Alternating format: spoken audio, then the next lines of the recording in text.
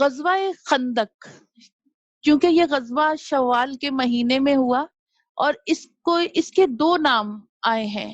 ایک خندق، کیونکہ اس غزوے میں پہلی مرتبہ عرب میں خندق کھودی گئی اور یہ طریقہ عرب میں پہلی مرتبہ ہوا تھا، تو اس لیے اس کو غزوہ خندق بھی کہا جاتا ہے.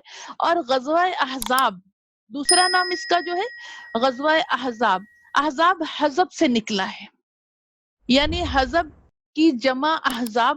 اس غزوے میں بہت سارے گروہ، یہودیوں کے قبیلے، کافروں کے اور دیگر قبائل جو تھے وہ اکٹھے ہو کر انہوں نے مسلمانوں کے خلاف جنگ کا ارادہ کیا، تو اس لیے اس کو حزب سے احزاب بہت سارے، اور حزب کا ترجمہ گروہ، احزاب کا ترجمہ بہت سارے گروہ، تو اس لیے اس کو غزوہ احزاب بھی کہا جاتا ہے اور غزوہ خندق بھی کہا جاتا ہے. تو اس کے دو نام اس غزوے کے ہیں. اور کیا قرآن کریم میں سورہ احزاب میں اللہ تبارک و تعالی اس غزوے کا ذکر کرتا ہے اور کن آیات پاک سے کرتا ہے؟ سورہ احزاب کی آیت مبارکہ یا ایھا الذین آمنوا اذکروا نعمت اللہ تعالیٰ اس صورت میں اپنی نعمت کا ذکر مسلمانوں سے کر رہا ہے کہ اے ایمان والو اپنے رب کی اس نعمت کو یاد کرو، اس نعمت کو علیکم جو تم پر اس نے کی. اذ جاءتکم جنود فارسلنا علیہم ریحا وجنودا لم تروہا وکان اللہ بما تعملون بصیرا. کیا اللہ فرما رہا ہے اے ایمان والو یاد کرو اپنے رب کے اس احسان کو جو اس نے تم پر کیا، اور جب حملہ آور ہو کر آگئے تم پر کفار کے لشکر، جنود لشکر آ گئے، اور کیا ہے ہم نے بھیجی، پس ہم نے پھر بھیجی جنود، ہم نے کیا بھیجی تم پر؟ ہم نے بھیجی تم پر آندھی اور ایسی فوجیں اور آندھی بھیجی جو تم نہیں دیکھ سکتے تھے، اور اللہ جو کچھ تم کر رہے تھے اسے خوب دیکھ رہا تھا یا اسے خوب جانتا ہے. کیا ذکر کرا جا رہا ہے؟ غزوہ خندق میں آپ سوچیں کہ تقریباً جو کفار اور یہود یہ مل کر جو گروہ بنے تھے کتنا لشکر تھا؟ یہ تھا 10,000 یا 12,000 کا لشکر، اور وہاں مسلمانوں کی تعداد جو تھی 3,000. اب کہاں 10 اور 12,000 کا لشکر اور کہاں 3,000؟ اور انہوں نے یہ کرا تھا، اصل میں یہ اس کی شروعات جو ہوئی تھی یہ یہودیوں سے. حضور نبی پاک صلی اللہ علیہ وآلہ وسلم جب مدینے ہجرت فرما کر تشریف لائے تو یہودیوں کے کچھ قبیلے جو تھے بنو نذیر اور بنی قریظہ، ان سے معاہدہ ہو گیا اور دوستانہ معاہدہ ہو گیا کہ ان سے دوستی کا معاہدہ ہو گیا. لیکن چونکہ یہود جو ہیں یہ مسلمانوں سے بغض رکھتے ہیں، بظاہر دوستی کا معاہدہ تو ہو گیا لیکن اندر جو بغض چل رہا تھا اور مسلمانوں کو یہ برداشت نہیں کر پا رہے تھے، اسی بغض کے پیش نظر انہوں نے کیا کرا کہ ان کے اندر جو بغض چل رہا تھا، اور پھر اس سے قبل اب ذہن پیچھے لے کے جائیں تو جو غزوہ احد میں مسلمانوں، ہم دیکھتے ہیں غزوہ بدر میں مسلمانوں کو اللہ تعالیٰ نے ایک شاندار فتح عطا فرمائی. 70 کے قریب بہترین سورما ان کی نگاہ میں کفار کے سردار جو تھے واصل جہنم کر دیے گئے تھے اور 70 کو قیدی بنا لیا گیا تھا. اس کے برعکس غزوہ احد میں مسلمانوں میں جو ایک نقصان ہوا تھا اور 70 مسلمان شہید ہو گئے تھے، اس وجہ سے ان یہودیوں کی ہمت بڑھ گئی. انہوں نے سوچا کہ احد میں تو مسلمانوں کو نقصان ہو چکا ہے، تو ہم مسلمانوں کو دیگر قبائل کو ساتھ ملا کر معاذ اللہ ثم معاذ اللہ مسلمانوں کو نیست و نابود یا معاذ اللہ صفحہ ہستی سے مٹا دیں گے. اور اسی پر انہوں نے جو بنو نذیر اور بنی قریظہ ان کے سازشی ذہنوں نے یہ کرا. اور پھر اس کے ساتھ جو ایک مسئلہ وہ بھی آتا ہے کہ نبی کریم صلی اللہ علیہ وآلہ وسلم جب بنو نذیر کی طرف کسی کام سے آپ وہاں سے تشریف وہاں لے کر گئے تو انہوں نے آپ کو معاذ اللہ شہید کرنے کی ناپاک سازش کی. آپ کو ایک دیوار کے پاس بٹھا دیا اور اوپر ایک بڑا بھاری پتھر یا چکی کا پارٹ رکھ دیا کہ جیسے نبی کریم، اور سازش یہ تھی کہ نبی پاک صلی اللہ علیہ وسلم جیسے ہی تشریف فرما ہوں گے اوپر سے کوئی اسے گرا دے گا اور معاذ اللہ آپ شہید ہو جائیں گے. حضور پاک صلی اللہ علیہ وسلم کو رب تعالیٰ نے اس چیز کی خبر دے دی. حضور نبی پاک صلی اللہ علیہ وسلم وہاں سے بات کیے بغیر اٹھ کر تشریف لے آئے. یہ ایک معاہدے کی کھلی خلاف ورزی. معاہدہ تو یہ تھا کہ مدینے میں رہنا، امن کے ساتھ رہنا، ہمارے دشمنوں کی، معاہدے میں کیا ہوتا تھا؟ ہمارے دشمنوں کی ہمارے خلاف مدد نہ کرنا اور ہمارے دوستوں سے بھی لڑنا نہیں ہے. جن قبیلوں سے ہمارے معاہدے ہوئے، جو حلیف قبیلے، جو دوست قبیلے ہوتے تھے انہیں حلیف قبیلے کہا جاتا تھا. جن قبائل سے ہمارے معاہدے ان سے بھی نہیں لڑنا اور جن سے جو دشمن ہے ہمارے ان کی مدد بھی نہیں کرنی. معاہدوں میں یہ شرائط طے پاتی تھیں. اور انہوں نے جب غزوہ احد میں یہ نقصان دیکھا تو انہوں نے سوچا ہم تو مسلمانوں کو معاذ اللہ مل کر ختم کر سکتے ہیں. بس یہی وجہ غزوہ خندق کا باعث بنی. اور غزوہ خندق میں انہوں نے کیا کرا کہ اپنے معاہدے کو پسے پشت ڈال دیا اور ان کے اندر جو شعلے بھڑکتے تھے دشمنی کے جو شعلے بھڑکتے تھے، آگ بھڑکتی تھی، تو انہوں نے کیا کرا کہ انہوں نے جا کے اب لوگوں سے ملنا جلنا شروع کر دیا. لیکن اب یہاں ایک بات یاد رکھیں، جو حضور پاک صلی اللہ علیہ وسلم کو شہید کرنے کی ناپاک سازش انہوں نے کری تھی، اب اس سازش پر اب جب نبی پاک صلی اللہ علیہ وسلم نے ان کو یہ پیغام بھیجا کہ معاہدہ منسوخ ہے، تم نے معاہدے کی پاسداری نہیں کری، معاہدہ منسوخ ہے. اور حکم کیا دیا گیا؟ اللہ کی طرف سے جو حکم آیا، جو نبی پاک صلی اللہ علیہ وسلم نے انہیں حکم بھیجا، اس عہد شکنی اور غداری کی سزا یہ ہے کہ مدینہ طیبہ چھوڑ کے نکل جاؤ. عہد شکنی اور غداری کی سزا کیا ہے؟ مدینہ طیبہ چھوڑ کے نکل جاؤ. انہیں نکل جانے کا حکم دے دیا نبی کریم صلی اللہ علیہ وآلہ وسلم نے.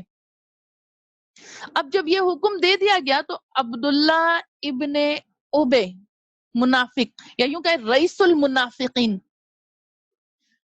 اس نے کیا کرا کہ اس نے جا کر انہیں شہ دی کہ تم اپنے گھروں میں قرار رہو، کہیں نہیں جانا، اپنے گھروں میں رہنا اور ڈٹے رہنا اپنے گھروں میں. اگر لڑائی کی نوبت آ بھی گئی تو میں اپنے لوگوں کے ساتھ تمہاری مدد کروں گا. یہ عبداللہ بن ابے نے ان کو جا کے شہ دی اور ان کی اس دشمنی کو اور بڑھاوا دیا. اب انہوں نے بھی یہ بھی اب کہہ رہے ہیں کہ ہمیں مدد مل رہی ہے تو یہ بھی وہاں ڈٹ گئے. حضور پاک صلی اللہ علیہ وسلم نے جو انہیں ٹائم پیریڈ دیا تھا کہ اتنے ٹائم پر تم نے اپنے گھروں کو چھوڑ کر نکل جانا ہے، اور ساتھ میں یہ بھی انہیں موقع دیا تھا کہ گھروں کو چھوڑ کے جب نکلو گے تو کیا ہے کہ تم جو چیز لے جانا چاہو گے ایک اونٹ پر لاد کر جتنا اسباب آ سکتا ہے وہ تم لے جا سکتے ہو، اس کی اجازت ہے. لیکن جب یہ ڈٹ گئے عبداللہ بن ابے کی اس شے پر، تو اب کیا ہوا کہ مہلت ختم ہو گئی اور ان لوگوں کا محاصرہ کر لیا گیا. اور اس موقع پر عبداللہ بن ابے نے وہی کام کرا جو شیطان انسان کو گناہ میں دھسا کر یا گناہ کی گندگی میں دھسا کر خود بھاگ جاتا ہے کہ میں تو اللہ سے ڈرتا ہوں اور میں وہ دیکھ رہا ہوں جو تو نہیں دیکھ رہا. یہی کام عبداللہ بن ابے نے کرا. اس نے کہا تو تم ڈٹ جانا، لیکن جب ان کو مدد کی ضرورت ہوئی تو عبداللہ بن ابے آگے بڑھا نہیں، اپنے گھر میں دبک کر بیٹھا رہا. اس سے کیا پتا چلتا ہے؟ منافق موت سے ڈرتا ہے، مومن موت سے نہیں ڈرتا. منافق موت سے ڈرتا ہے اور منافق دھوکے باز ہوتا ہے. منافق دو منہ ہوتا ہے. یعنی جو اس کے منہ پر ہوتا ہے وہ اس کے دل میں نہیں ہوتا، اور جو اس کے دل میں ہوتا ہے وہ اس کے منہ پہ نہیں ہوتا. تو یہی کام عبداللہ بن ابی نے کرا. اور اب جب یہ ہو گیا سارا معاملہ، تو اب مسلمانوں کو اب انہوں نے کیا کرا کہ نبی کریم صلی اللہ علیہ وسلم نے مہلت ختم ہوتے ہی ان کو محاصرہ کر لیا، اور پھر ان کو جو ہے بنو نذیر کو جو ہے مدینہ چھوڑنے کا حکم دیا، اور ساتھ میں یہ کہا کہ چنانچہ 3 آدمیوں کو ایک اونٹ پر جتنا سامان لاد 3 آدمی ایک اونٹ پر جتنا سامان لاد کر لے جا سکتے ہیں وہ لے جائیں. ساتھ میں انہیں یہ بھی اجازت دے دی. اور بنی نذیر جلا وطنی، یہ جلا وطنی تھی، اپنا وطن چھوڑا، جلا وطنی اختیار کر کے اب یہ جو تھے خیبر میں آ کر آباد ہو گئے. خیبر میں جا کر یہ آباد ہو گئے، اور بعض وادی القرا میں رہنے لگے. اور لیکن انہوں نے یہاں آ کر بھی اسلام کے خلاف سازشیں شروع کر دی. اچھا، اب یہاں یاد رکھیے، یہودی کبھی بھی مسلمانوں کا دوست نہیں ہو سکتا. احادیث پاک میں اور قرآن کریم میں اور قصص القرآن میں واضح طور پہ یہ لکھا ہے کہ یہودی جو ہیں کبھی بھی مسلمانوں کے خیر خواہ نہیں ہو سکتے. ہاں، منہ کے میٹھے ہوں گے، آپ کے ساتھ اگر دوستی ہو جائے تو بہت اچھا کریں گے، لیکن اللہ کیا فرماتا ہے، ان کا بغض ان کے منہوں سے نکلتا ہے یا چھلکتا ہے. یعنی کوئی نہ کوئی جملے میں ایسی بات بول دیں گے کہ جس سے ان کا بغض ظاہر ہو جائے. یہ ہر وقت مسلمانوں کو نقصان پہنچانے کا ہی کریں گے، مسلمانوں کی خیر خواہی نہیں. دیکھا جائے تو اہل کتاب ہے، یہود و نصارہ، لیکن کیا ہے، یہ مسلمانوں کو ہر وقت مسلمانوں کے خلاف سازشیں تیار، ہم دیکھ رہے ہیں مسلمانوں کے خلاف سازشیں ہی تیار کر رہے ہیں. مسلمانوں ہونا تو یہ چاہیے. دیکھیں اس وقت بھی ہم دیکھتے ہیں، آگے واقعات اس میں غزوہ خندق کے واقعات مزید آگے بڑھائیں گے تو وہ بھی پتا چلے گا، لیکن اس وقت بھی ہم دیکھتے ہیں، آج بھی ہم دیکھتے ہیں کہ یہودی جو ہے جب ساتھ دیتا ہے تو مشرک کا دیتا ہے، منافق کا دیتا ہے، مسلمان کا نہیں دیتا. ہونا تو یہ چاہیے، اہل کتاب ہونے کے ناطے، کتاب والے ہونے کے ناطے، رسولوں کی آمد یعنی رسول تشریف لائے اس کے ناطے انہیں ساتھ دینا ہو چاہیے مسلمانوں کا. لیکن چونکہ بغض ہے، حسد ہے، کینہ ہے، تو یہ ساتھ دیتا ہے مشرک کا، منافق کا اور کافر کا. یہ اس وقت کا یہودی بھی کرتا ہے اور آج کا یہودی بھی کرتا ہے. اور اللہ تعالیٰ نے قرآن کریم میں بارہا یہ ارشاد آیا ہے کافی مقامات پر، یہ یہود و نصارہ تمہارے دوست، تمہارے خیر خواہ ہو ہی نہیں سکتے. اب ہم زبردستی ان کو دوست بنائیں، تو یہی چیز کہی جا رہی ہے. تو اب کیا ہوا کہ اب جب انہیں مدینہ طیبہ جلا وطنی کرنے لگے اور اسلام کے خلاف سازشیں شروع کر دیں، تو ان کا ایک وفد جو تھا وہ تیار کرا، اور اس وفد کے جو بڑے لوگ جو مطلب نمائندگی کرنا چاہتے ہیں، نمائندگی کرتے ہیں، یعنی آپ سمجھ سکتے ہیں کہ آپ کی جا کے یہ ترجمانی کریں گے. تو اس میں سے انہوں نے ان لوگوں میں جو چند ایک نام ہے، جس میں سلام بن ابو الحقیق، کنانہ بن ربیع اور سلام بن مشکم اور حی بن اخطب، یہ قبیلہ بنی نذیر سے تھے. اور بنی وائل سے ابو امارہ، یہ بھی یہودی تھے، اور یہ بنی وائل قبیلہ تھا یہودیوں کا، اس میں ابو امارہ شریک تھے. یہ قافلہ تیار، یہ بڑے بڑے خطیب تھے ان کے قبیلے کے، خطابت اور گفتگو میں ماہر. آپ دیکھیں، آپ کسی کو سفیر بنا کر بھیجتے تو وہ ایسا ہونا چاہیے جو گفتگو میں ماہر ہو، جسے گفتگو کرنی آتی ہو، دوسرے کو، اگلے فریق کو جہاں وہ جا رہا ہے نمائندگی کا حق ادا کرے اور اسے قائل کر کے آئے. آپ ایسے کوئی چن کر بھیجیں گے؟ تو یہ خطیب تھے اور یہ گفتگو کرنے کے ماہر تھے. تو یہ لوگوں کو تیار کر کے مکہ بھیجا گیا، جاؤ مکہ جاؤ. اور مکہ جا کر جو ہے قریش کو حضور صلی اللہ کرنا کیا ہے، مکے جا کے قریش کو حضور نبی پاک صلی اللہ علیہ وآلہ وسلم کے خلاف جنگ پر ابھارنا اور انہیں یقین دلانا کہ وہ اس جنگ میں ان کے ساتھ ہوں گے، یعنی ہم تمہارے ساتھ ہوں گے، بس تم نے کرنا کیا ہے، نبی پاک صلی اللہ علیہ وسلم سے اور مسلمانوں سے جنگ کرنی ہے۔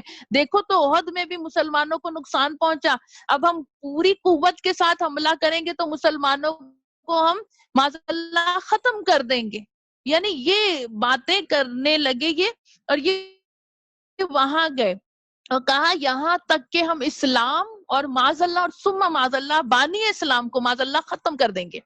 یہ قافلہ وہاں گیا اور قریش نے ان سے پوچھا کہ اے علماء یہود، یہ بڑا اس کا ذکر قرآن کریم کی پچھلی صورتوں میں بھی آیا کہ قریش کے سرداروں نے پوچھا، جب یہ آئے تو کہا اے علماء یہود، تم یہ تو بتاؤ، تم تو بڑے صاحب علم ہو، تم صاحب شریعت ہو، تمہارے پاس کتابیں آئی، رسول آئے، تو ایک بات تو بتاؤ، ذرا اپنے علم سے ہمیں بتاؤ کہ راہ راست پر ہم ہیں یا وہ، یعنی وہ سے مراد کیا، مسلمان، ہم راہ راست پر ہیں یا وہ۔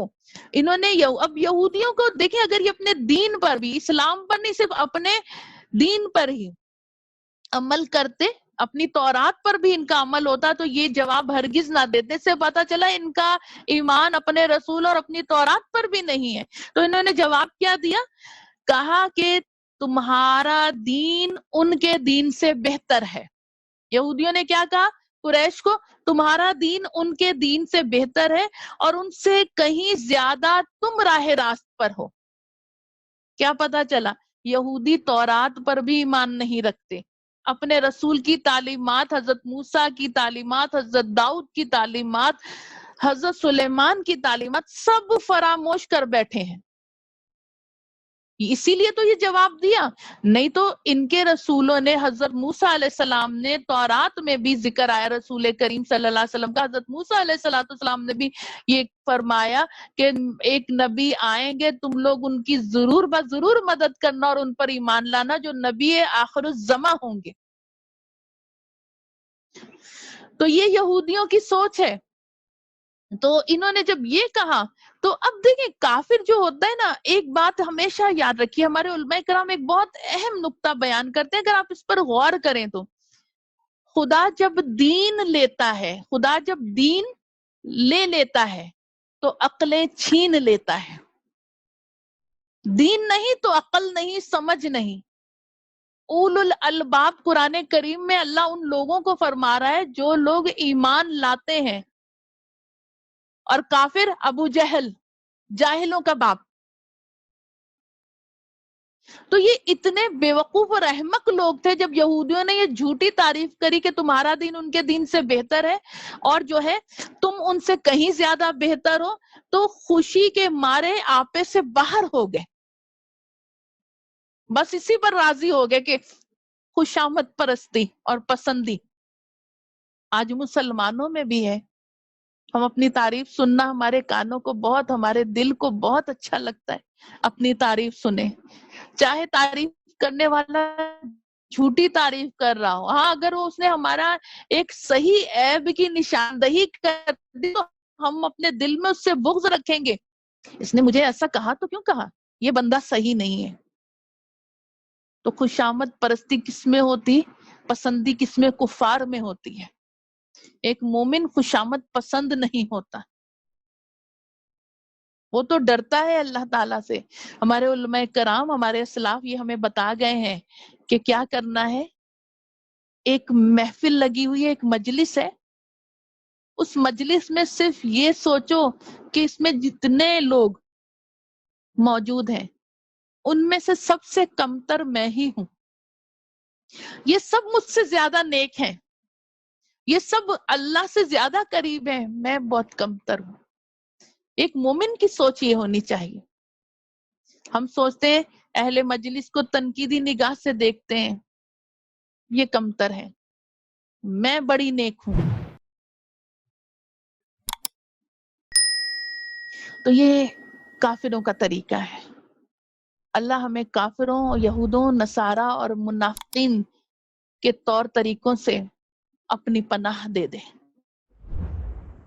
اور شیطان کے نقش قدم پر چلنے سے اللہ ہمیں بچا لے اور ہماری نسلوں کو بچائے.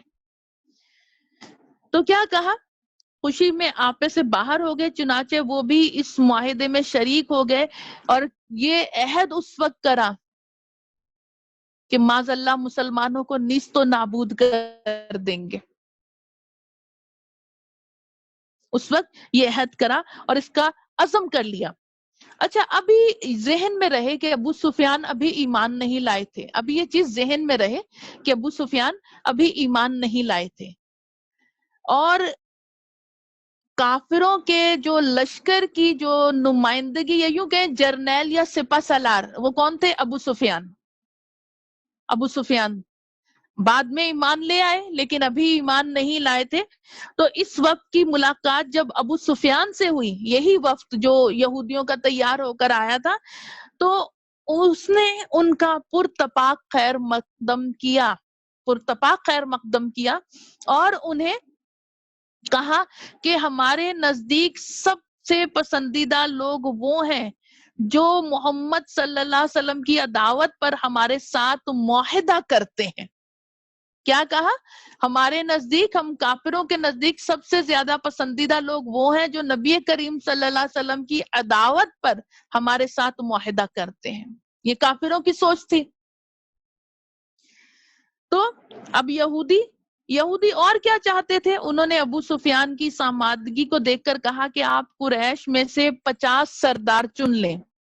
50 سرداروں کا کہا کہ آپ انہیں چن لیں اور آپ بھی ان میں ہوں، اور پھر ہم سب جا کر کعبے کے غلاف کو پکڑ کر اپنے سینے کو کعبے کی دیواروں پر کے ساتھ ملا کر وعدہ کریں گے کہ ہم پیغمبر اسلام کی عداوت میں سیسا پلائی دیوار بن جائیں گے. ایک بات بڑی توجہ طلب ہے، جو میں یہ جملہ کہہ گئی ہوں، اس جملے کی گہرائی پہ جائیے.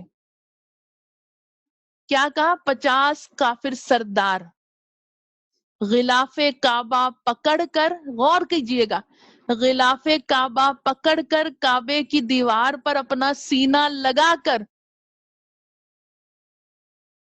غلاف کعبہ پکڑ کر اور کعبے کی دیوار کے ساتھ سینہ ملا کر وعدہ کریں کہ ہم پیغمبر اسلام کے خلاف سیسا پلائی دیوار بن جائیں گے، اور جب تک ہم میں سے ایک شخص بھی زندہ رہا وہ اسلام کے خلاف جنگ کو جاری رکھے گا. کیا پتہ چلا؟ غلاف کعبہ سے لپٹنا ایمان نہیں ہوتا. کعبے کی دیوار سے چمٹنا ضروری نہیں کہ وہ ایمان والا ہو. ابو جہل بھی غزوہ بدر پر آنے لگا تو غلاف کعبہ سے لپٹ کر دعا مانگی تھی اس نے. تو یہ یاد رہے ہمیشہ، اللہ تعالیٰ خاص تو انہیں کر لیتا ہے، واطیعوا اللہ واطیعوا الرسول، اطاعت کرو اللہ کی اور اس کے رسول کی. تو یہی چیز کہی جا رہی ہے کہ انہوں نے اس پر وعدہ لیا کہ ہم، اور کیا وعدہ لیا؟ اسلام اور مسلمانوں کو ختم کرنے کا وعدہ. یہ وعدہ انہوں نے لیا. اچھا، یہاں سے یہ بنی غطفان کے پاس پہنچے.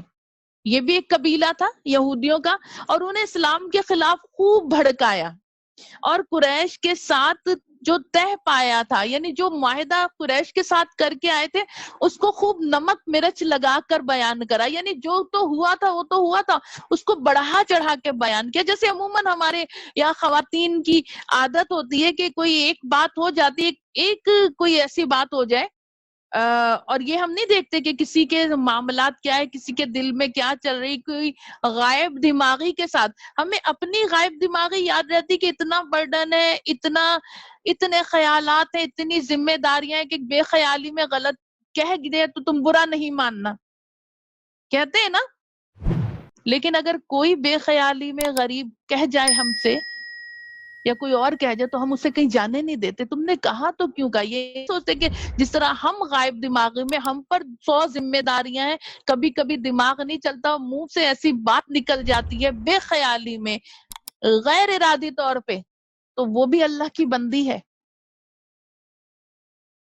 ہم یہ نہیں سوچتے. ہم سوچتے ہیں کہ میرے سامنے وہ ایسی بات کر کے کیوں گیا. تو اب انہوں نے بھی یہ کہا کہ یہ معاہدہ انہوں نے کرا اور پھر انہیں بھڑکایا اور خوب جس طرح ہم کہتے ہیں مرچ مسالہ لگا کے. اب وہ خاتون جو ہے ہم سے ایک بات کہیں گی ہم اس کی 10 لگا کے کہ اس کے دل میں میرے خیال میں اب 10 باتیں جو اس نے نہیں کہی ہوں گی وہ ایک بات کے 10ویں بات کے ساتھ 9 باتیں ایڈ کر لیں گے. یہ ہوتا ہے مرچ مسالے لگانا. اس نے یہ کہہ دیا میرے خیال میں تو وہ تو تمہارے کو تمہیں یہ بھی کرنا چاہتی, تمہارے ساتھ یہ بھی کرنا چاہتی, تمہارے ساتھ یہ بھی کرنا چاہتی.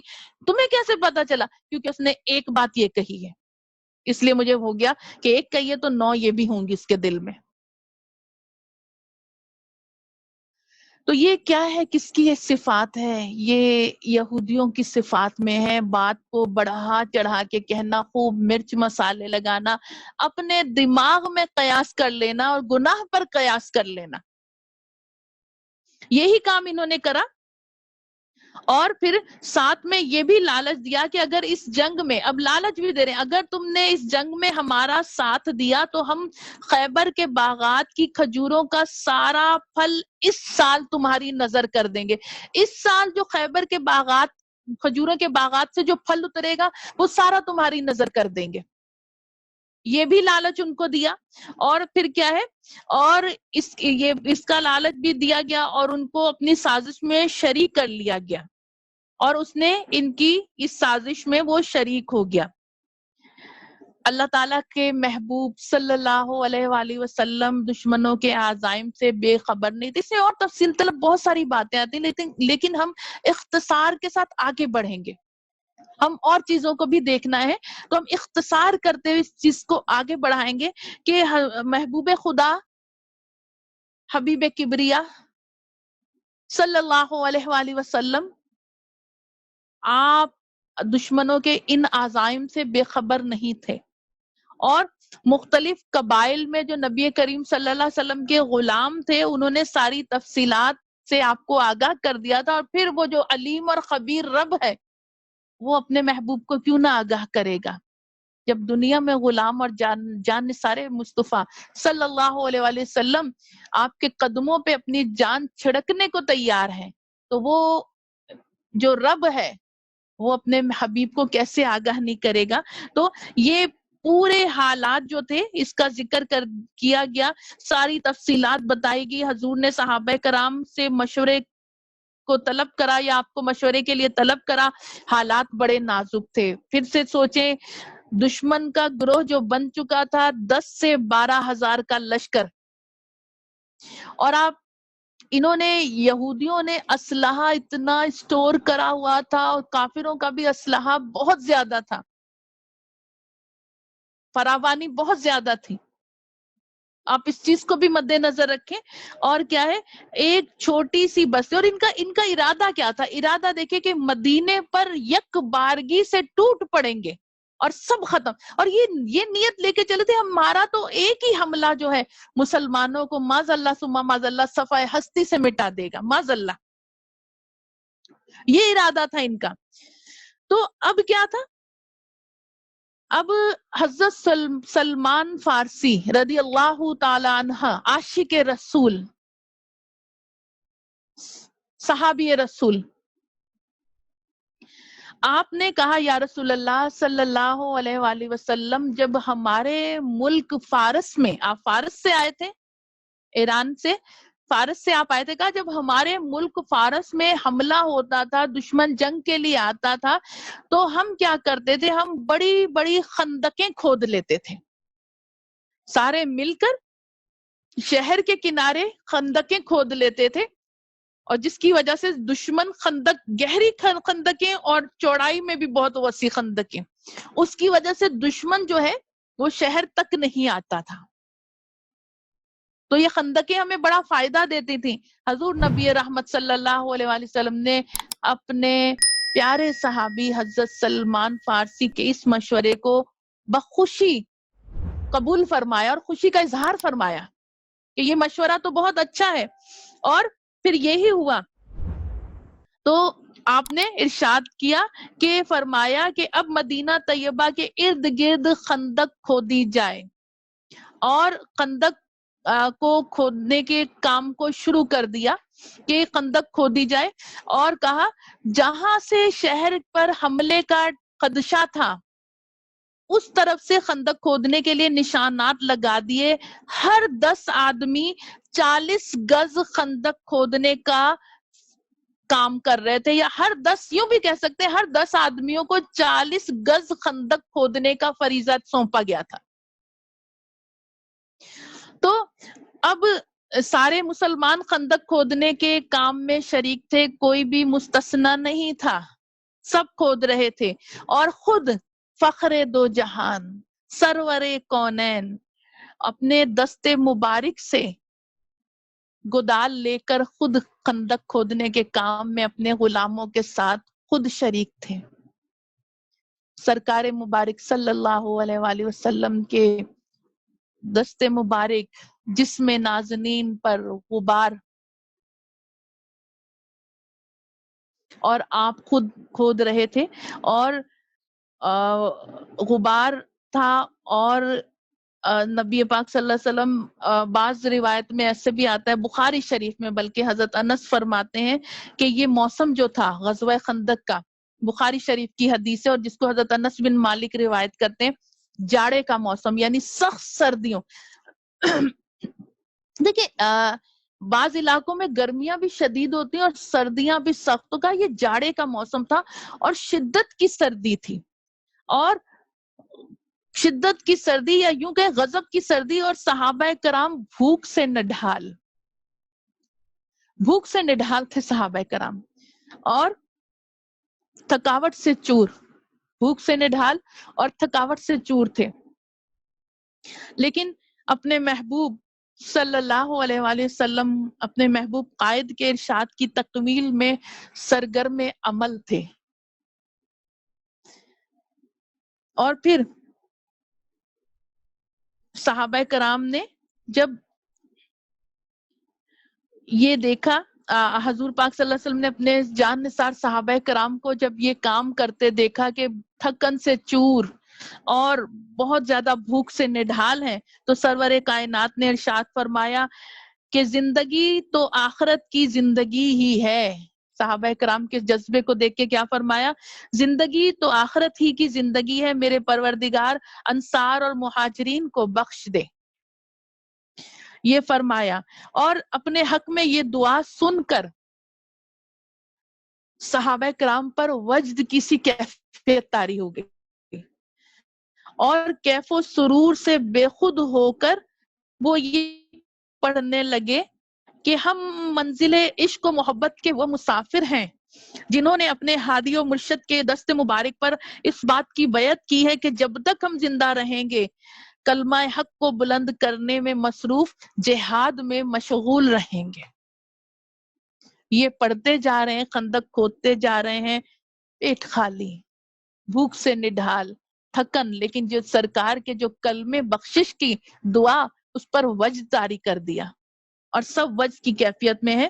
اور پھر ہم آگے دیکھتے ہیں کہ حضور نبی پاک صلی اللہ علیہ وسلم کے کچھ صحابہ کرام، جن میں حضرت عمر بن عوف اس کو روایت کرتے ہیں، حضرت عمر بن عوف اس کو روایت کر رہے ہیں، کیا فرماتے ہیں کہ میں، سلمان، حذیفہ، نعمان بن مقرن المزنی اور 6 انصاری اپنے حصے کی 40 گز خندق کو کھود رہے ہیں. تو اتفاق سے ایک چٹان ایسی آ گئی، یہ واقعہ ہم نے بچپن سے ہی پڑھتے آ رہے ہیں کہ خندق کھودتے کھودتے ایک چٹان آ جاتی ہے، جس پر صحابہ کرام فرماتے ہیں کہ ہم اپنی گدالیں مار رہے ہیں، گدالیں کند ہو گئی ہیں، اور مطلب ہم بھی تھک کر چور ہو گئے ہیں، لیکن وہ چٹان جو ہے وہ ٹوٹ، سارا زور لگا دیا، سارے جتن کر دیے، لیکن نہ ٹوٹی.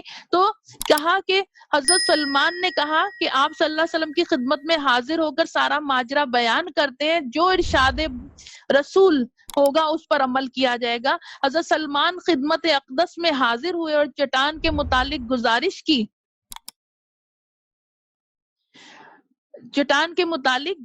کی، تو حضور کے وہ ٹوٹنے کا، ہماری گدالیں کند ہو گئی ہیں اور ہمارے بازو شل ہو گئے ہیں، گدالیں کند ہو گئی، بازو شل ہو گئے ہیں، اور کیا ہے لیکن وہ ٹوٹنے کا نام نہیں لیتی. یہ آپ کے سامنے اگر آپ دیکھیں اسکرین شیئر کیا گیا ہے تو غزوہ خندق کا کوئی ایک نقشہ آپ کو دکھایا جا رہا ہے. اگر آپ غور سے دیکھیں تو یہ اسکرین بھی شیئر کیا گیا ہے آپ کے سامنے.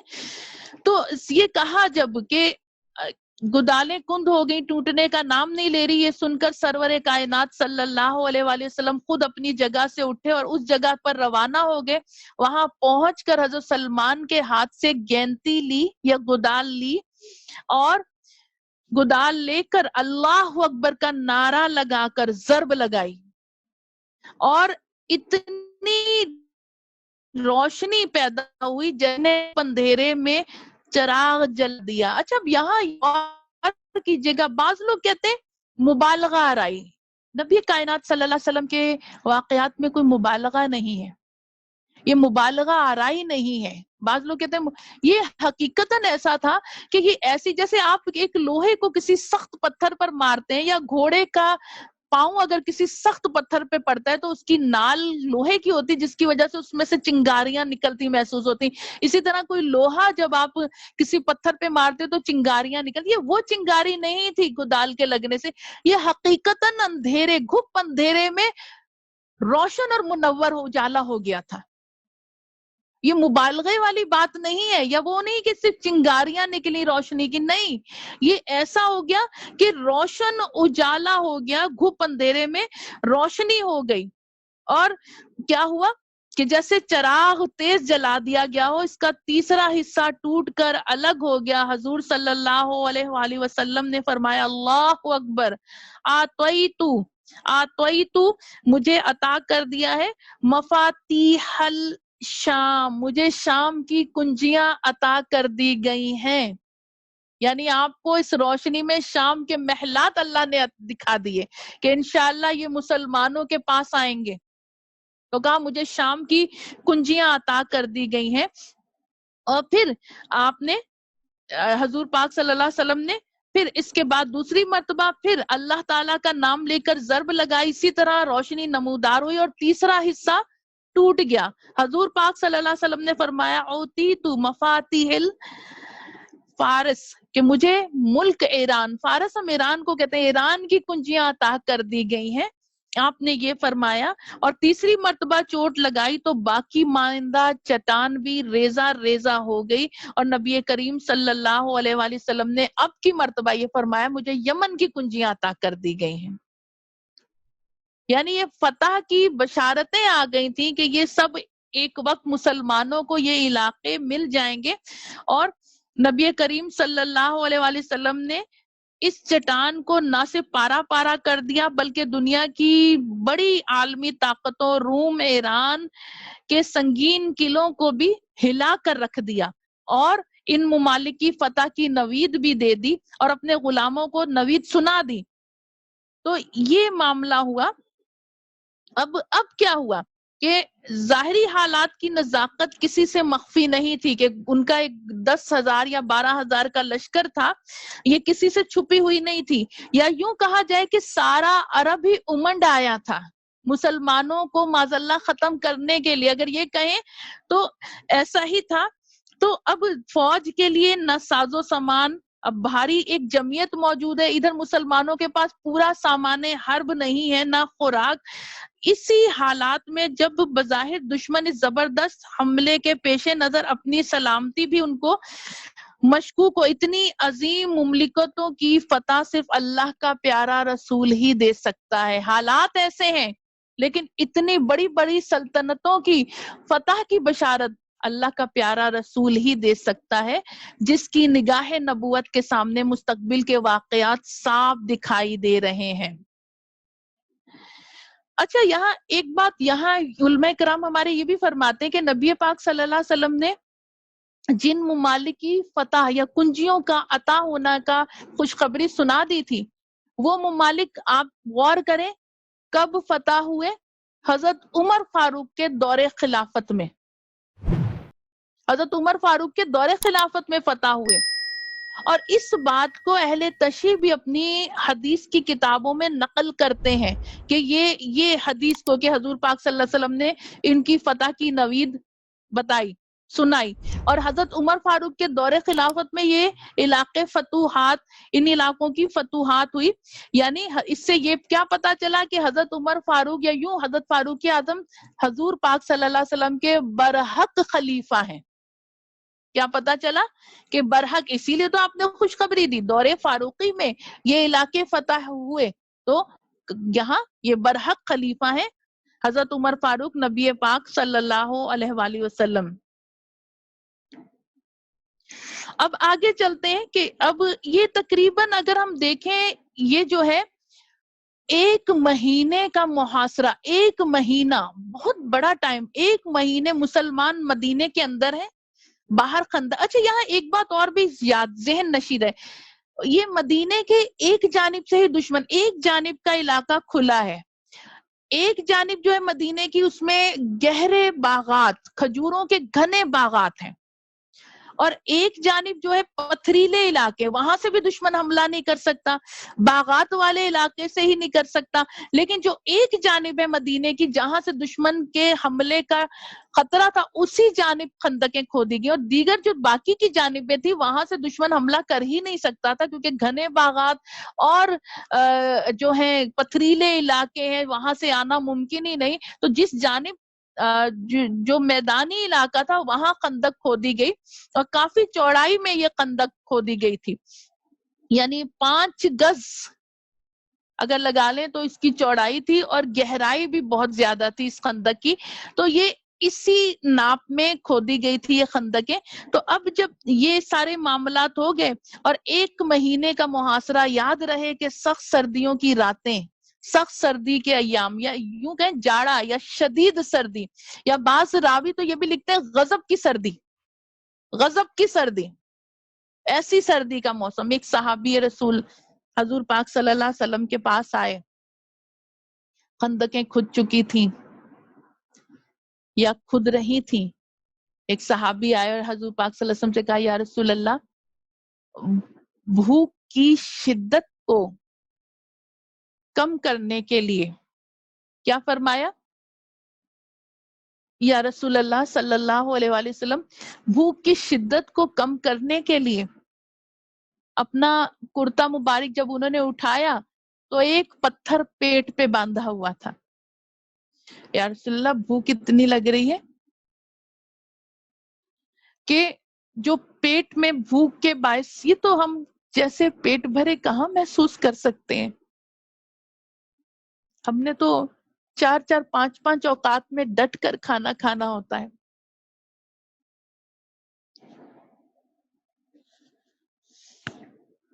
تو وہ صحابی رسول نے اپنے پیٹ سے اپنے کرتے کو جو اوپر کرا تو کہا یا رسول اللہ، بھوک کی شدت سے جو پیٹ میں درد ہو رہا ہے،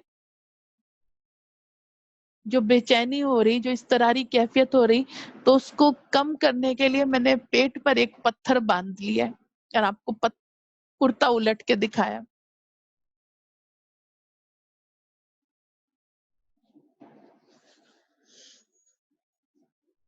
نبی کریم صلی اللہ علیہ وآلہ وسلم. آج ہمیں نہیں پتا ہوتا، اگر ہم کہیں آفس میں باس کی جاب کر رہے ہیں یا اس آفس میں ہم ہیڈ ہیں، ہمیں نہیں پتا ہوتا کہ ہمارے سٹاف میں کس کے گھر میں کیا تنگیاں چل رہی ہیں.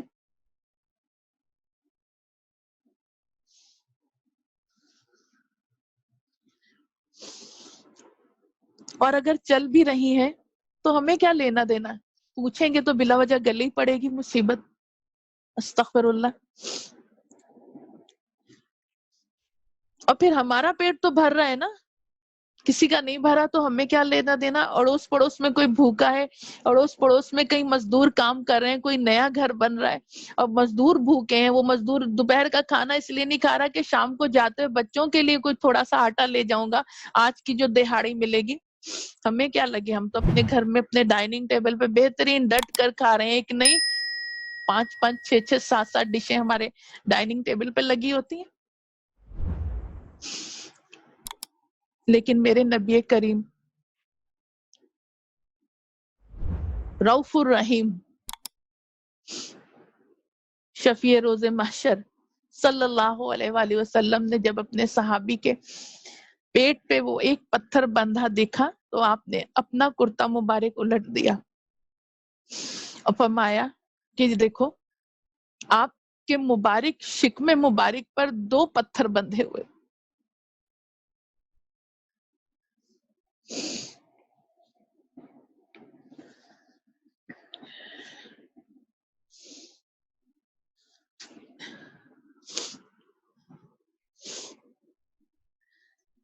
دو پتھر.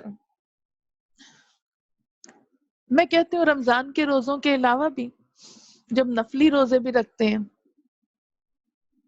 کبھی کبھی سنت کو ادا کرتے صرف ایک کھجور اور ایک آدھا گلاس پانی سے بھی افطار کر لیا کریں.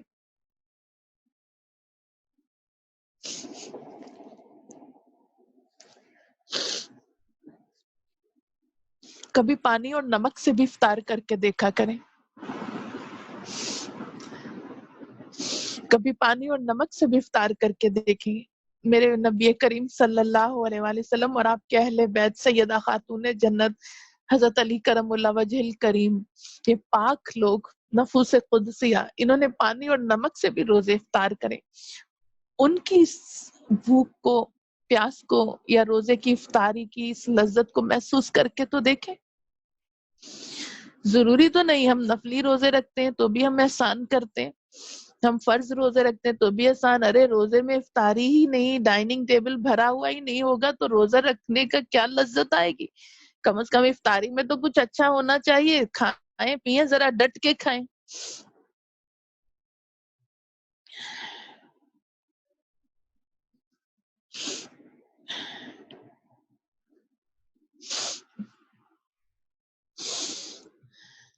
تو سرکار دو عالم صلی اللہ علیہ وآلہ وسلم نے اپنے مبارک شکم مبارک سے جب کرتے کو اٹھایا تو 2 پتھر اپنے صحابی کو دکھائے کہ دیکھ میرے صحابی، آپ کے پیٹ پر تو شکم پر 1 پتھر بندھا ہے، اپنے رسول کی کیفیت دیکھے کہ آپ کے رسول کو 2 پتھر باندھے ہوئے ہیں. تو یہ نبی پاک صلی اللہ علیہ وسلم اس غزوے کا یہ معاملہ تھا، یہ حالات تھے وہاں کہ اس طرح کے معاملات ہو رہے تھے. تو نبی کریم صلی اللہ علیہ وآلہ وسلم نے یہ دکھایا. اور پھر کہتے ہیں کہ 1 مہینے کا محاصرہ تھا، صرف 1 مہینہ. 1 مہینہ بہت بڑا ٹائم پیریڈ، سردیوں کی راتیں ہیں، دشمن ڈٹ کر کھڑا ہوا ہے، ہٹنے کا نام نہیں لے رہا. اس کی پوری کوشش ہے کہ معاذ اللہ ثم معاذ اللہ کہ ہم اس چیز کو ختم کر کے ہی آگے بڑھیں گے، ہم شکست دے کر ہی ختم کر کے ہی آگے بڑھیں گے. تو یہ معاملہ ہو رہا تھا. لیکن کیا ہوا؟ اب کہتے ہیں کہ جب ایک کافر آگے بڑھا لشکر اس کفر سے، ایک کافر آگے بڑھا اور اس نے کوشش کی کہ وہ خندق میں اترے. ایک جگہ سے خندق پتلی تھی، اس نے کہا کہ میں خندق میں اتروں، اور پھر اتر کے اس نے کہا ہے کوئی میرے ساتھ مقابلہ کرنے والا. کافر کی یہ للکار سن کر رسول اللہ صلی اللہ علیہ وسلم کے شیر حضرت علی کرم اللہ وجہ الکریم اپنی تلوار ہوا میں لہراتے ہوئے سامنے جا کھڑے ہوئے، کہنے لگے کہ اے فلاں کے بیٹے، میں نے سنا ہے کہ تو نے یہ عہد کیا ہے کہ اگر کوئی قریشی تجھ سے 2 چیزوں کا مطالبہ کرے تو ان 2 میں سے ایک ضرور دیتا ہے. تو اس نے بڑے ایک تکبر سے، نخوت سے کہا. کیا کہا؟ کہ ہاں میں نے ایسا عہد کیا ہوا ہے. حضرت علی نے فرمایا میں تجھ سے مطالبہ کرتا ہوں کہ تو اللہ اور اس کے رسول پاک پر ایمان لے آ اور اسلام قبول کر لے. تو اس نے کہا مجھے اس کی ضرورت نہیں. اس نے کیا کہا؟ مجھے اس کی ضرورت نہیں. شیر خدا نے فرمایا پھر میری دوسری درخواست ہے کہ آ اور میرے ساتھ مقابلہ کر. دوسری بات کیا ہے؟ میرے ساتھ مقابلہ کر. وہ کہنے لگا میرے آپ کے والد ابو طالب کے ساتھ بڑے دوستانہ مراسم رہے ہیں، اور کیا ہے کہ میں یہ پسند نہیں کرتا کہ آپ میری تلوار سے قتل ہوں. حضرت علی نے کیا فرمایا؟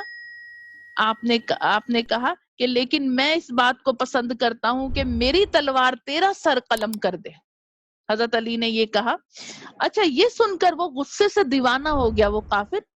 تو وہ غصے سے دیوانہ ہو گیا اور اس نے اپنے گھوڑے کی پشت سے چھلانگ لگا دی اور اپنے گھوڑے کی کونچوں کو کاٹ دیا، یعنی اب تو میں لڑوں مروں گا، گھوڑے کی کونچیں کاٹ ڈالی اور حیدر کرار سے پنجہ آزمائی کے لیے آگے بڑھا اور سارا کفر سارے اسلام کے مد مقابل تھا. سمجھے کہ یہ دو لشکر لڑ رہے تھے، اسلام کا لشکر وہاں موجود تھا، کفر کا لشکر خندق کے دوسری جانب موجود تھا. تو دونوں کی لڑائی ہو رہی تھی اور اتنی ایک دوسرے پر جھپٹ رہے تھے، اتنی ابھی یہ کشتی والا مقابلہ تھا، ایک دوسرے پر جھپٹ رہے تھے اور اتنی غبار اڑی کہ دونوں اس میں چھپ گئے، اتنا غبار اتنی دھول اڑی کہ دونوں اس میں چھپ گئے اور دونوں لشکر اپنے بہادروں کی تلوار کی چھنکار اور ان کے آپس میں ٹکرانے کی آواز سن رہے تھے، دکھائی کچھ نہیں دیتا تھا. اللہ تعالیٰ کے محبوب اپنی چشم اشک بار، اپنی مبارک آنسوں والی نورانی آنکھوں سے مبارک آنسو بہا رہے تھے اور سیدنا علی کرم اللہ وجہ الکریم کی کامیابی کی دعا مانگ رہے تھے.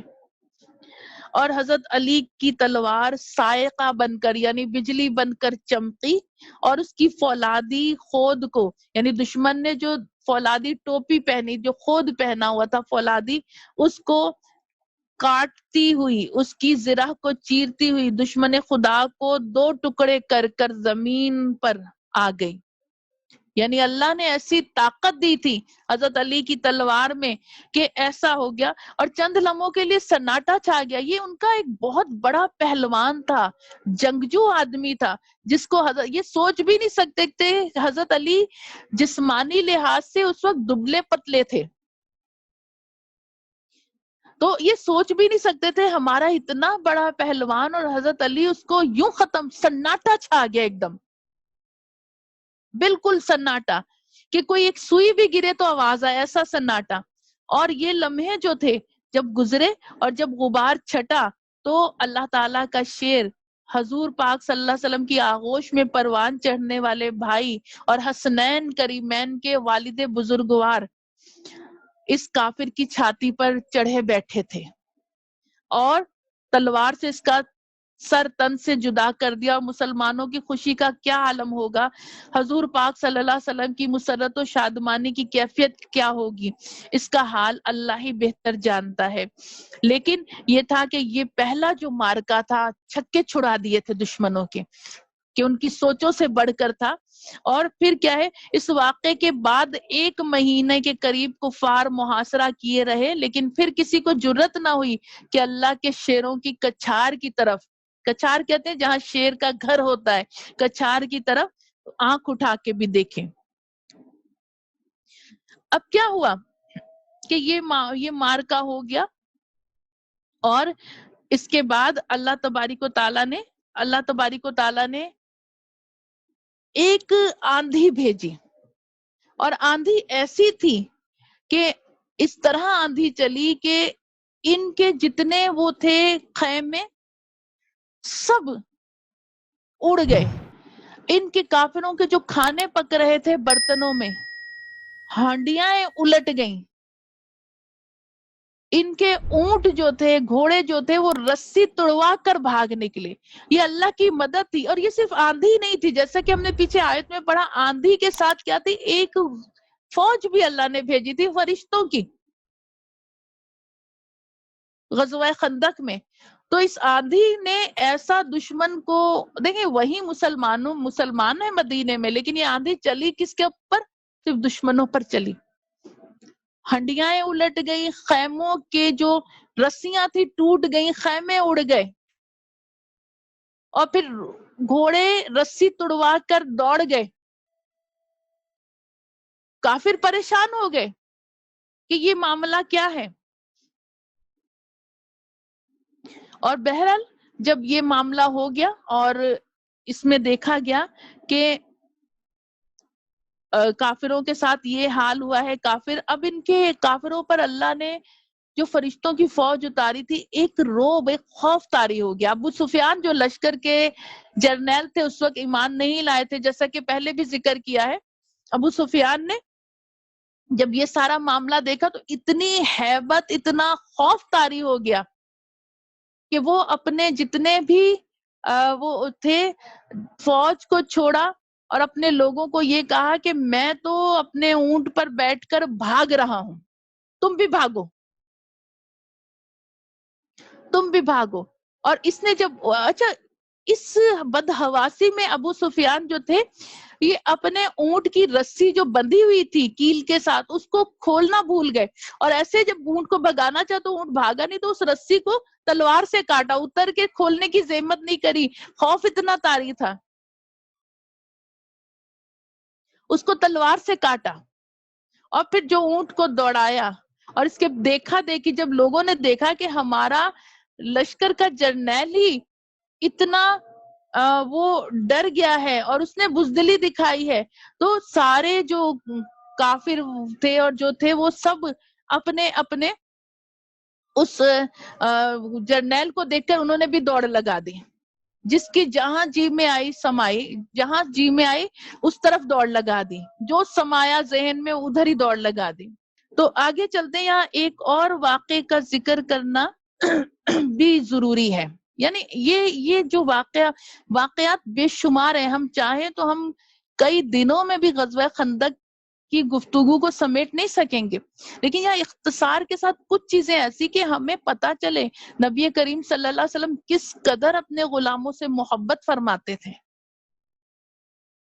تو ایک اور واقعہ ہے کہ حضور نبی پاک صلی اللہ علیہ وسلم نے کفار کی جمعیت اور طاقت کو منتشر کرنے کے لیے بنی غطفان کے سرداروں عینہ اور ابو الحارث بن عمر سے بات چیت شروع کی کہ اگر تم محاصرہ اٹھا کر چلے جاؤ تو مدینے کی کھجوروں کا تیسرا حصہ تمہیں دے دیا جائے گا۔ انہوں نے آمادی کا اظہار بھی کر دیا۔ ابھی یہ بات مکمل نہیں ہوئی تھی کہ حضور علیہ الصلوۃ والسلام نے سعد بن معاذ اور سعد بن عبادہ رضی اللہ تعالی